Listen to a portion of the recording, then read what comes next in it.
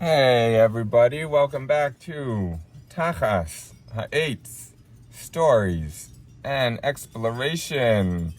This is me again, Shlomo. It's little old me, Shlomo. And we got one of my books that I like to read over here when my older son, was younger. This was one of his favorites, and it is also his, Bubby's favorite. His Bubby actually got him this book.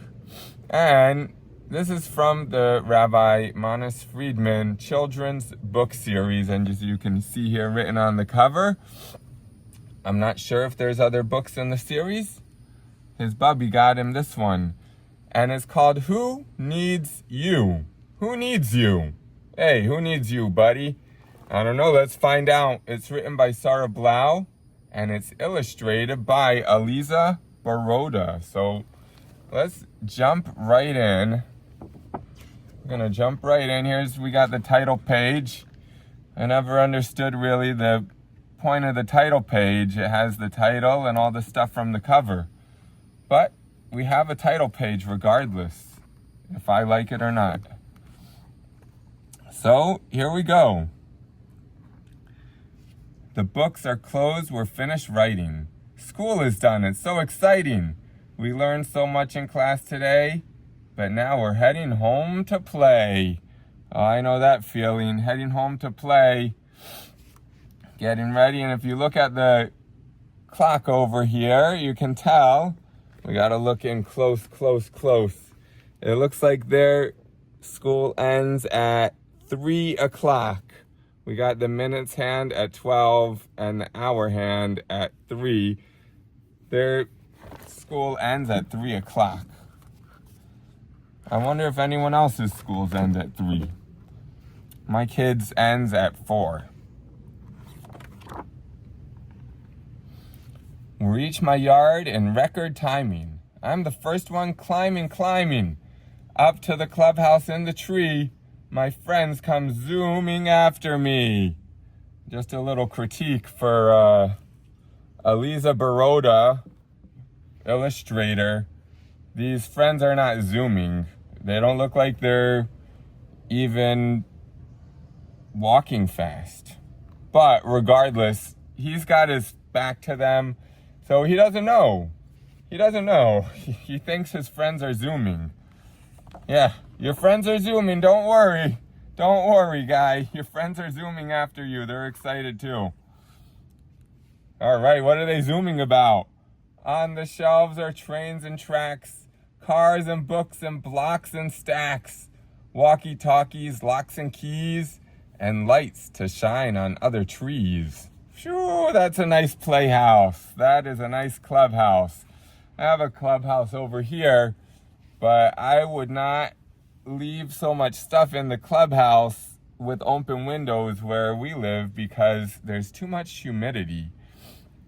But maybe if you live somewhere where the air is dry and nice, you could leave all those cool things in your clubhouse and have them ready to play and nice and fresh all the time. We settle in and then I say, what do you think we should do today? We can do what we want and feel so free. I'm glad to have you in my tree. Oh man, what would you do over here? What would you pick? I think if I had to pick, I would probably pick the helicopter. I'd pick the helicopter. What about, I think my kids would pick the excavator. I bet some people would pick the drum. I'm not very musical myself. So as I'm sitting with the boys, we hear my Zadie's booming voice. Chaim, excuse me, please. But after all, whose trees are these? I'm sure you know what the answer is. Hashem is the one. These trees are his.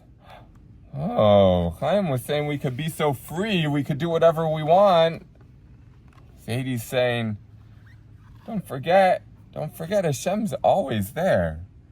Dear children, said my Zadie, grinning, What was here way in the beginning? Nothing at all. No land or air. Nothing until Hashem put it there. It's really hard to picture in our minds nothing because we've never seen nothing. But yeah, keep trying. Maybe one day you'll be able to imagine nothing. But Zadie's point is true. Even if we don't understand it, nothing was there until Hashem put it there. Nothing at all.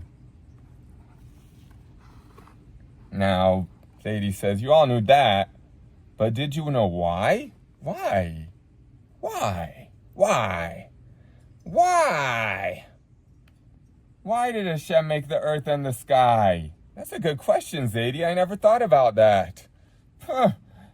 It's because he needs me. Oh, Zadie, he needs you? Oh, and because he needs you. Oh, he needs me? What does he need? What does he need from me?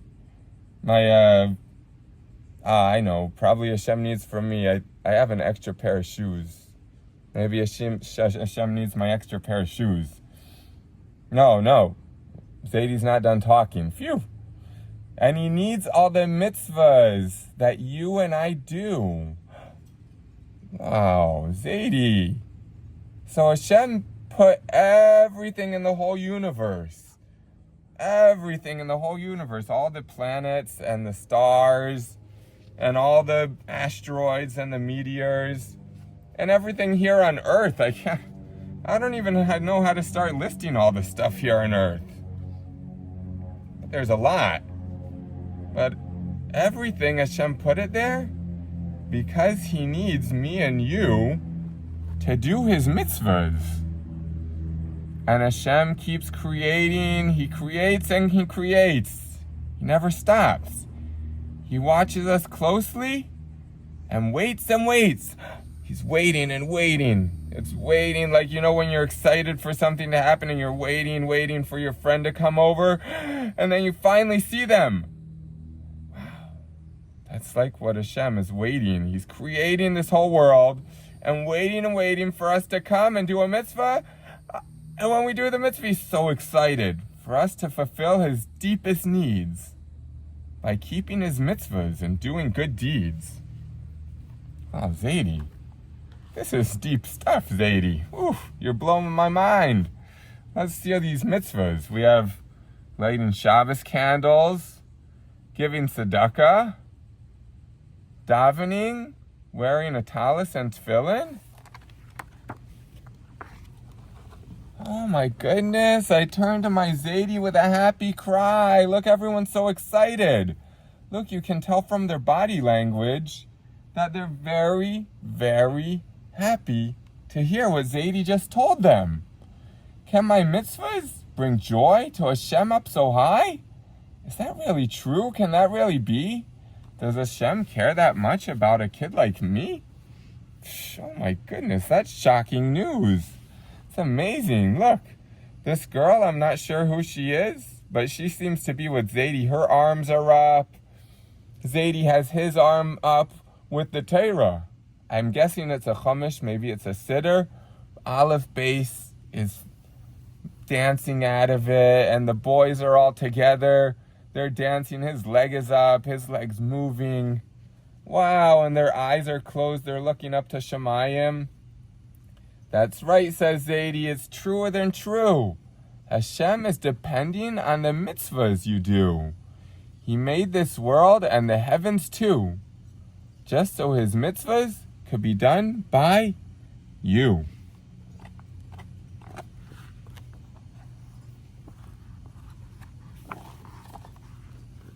At home and at school, all the Torah I'm learning is never about what reward I'm earning. We don't do the mitzvahs because,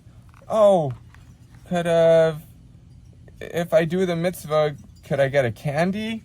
It's a very shallow way of doing a mitzvah. Imagine if your mommy asked you for a hug and a kiss. Or your mommy says, ay, Chaim, ay, Yankel, ay, Mushkala, ay, Shendal. I need a drink of water. I need it. I need it because I feel like I'm choking. Hey, and you got so scared. You got so nervous. And you said, Mommy, are you okay? And she said, I need the water, please. And you said, if I bring you the water that you need because you feel like you're choking, would you give me a candy? That would be very, very rude and very, very shallow. Shallow means not very nice. So the same thing here, Sarah Blau is telling us in this book, and I think she learned it from Rabbi Friedman, that when we do mitzvahs, if we just worry about what reward we're getting, we're like the son or the daughter who goes to help their mommy and tati, and they only care about the reward. They're asking about the reward. All right, let's carry on. I think we spent enough time on that topic. Hashem, all these mitzvahs that I do are really and truly just for you. Then once again, we're climbing, but our goal has changed with record timing. Hashem is the most important one. We've got to get his mitzvahs done. And all different kinds of mitzvahs. Giving people a friendly greeting, that's a big mitzvah. Just telling someone hello. You could be the first one that told them hello in a whole week. You don't know, you could make their day just giving them a smile. You don't know, maybe you're the first one to smile at them in the whole day. Brachas on the food we're eating. Just takes a second. We'll see that in a different book. So when you're making a bracha, instead of just mumbling it, just think, wow, look at this beautiful fruit Hashem made for me. Letting others choose the game. Help them practice flawless aim. When you're playing, this is a tough one. When you're playing and you want to have fun, sometimes you could have fun by helping another person get better. In my pushka, coins are clanging. Mezuzahs on my doors are hanging. Every mitzvah is a precious gem that is so important to Hashem. We take turns to show we're caring. Speak with kindness. Spend time sharing. Wow. Look how happy they are in their treehouse all together. To do is, we feel the thrill of being free.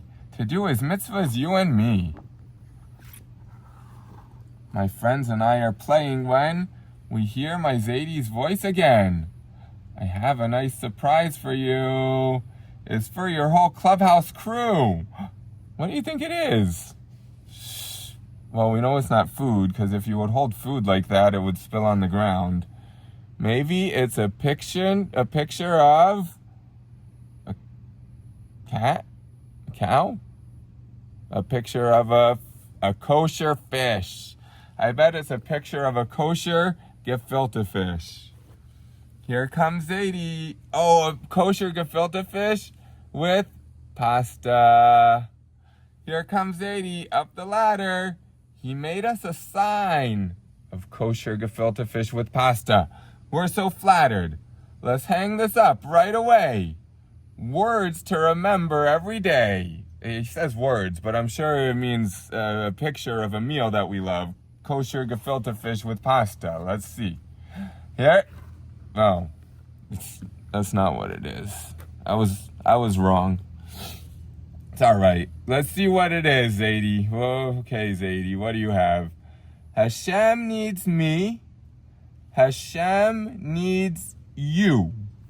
Hashem needs the mitzvahs that we do. Exclamation point. Do you know what exclamation point means? Exclamation point is when you want to say something strong.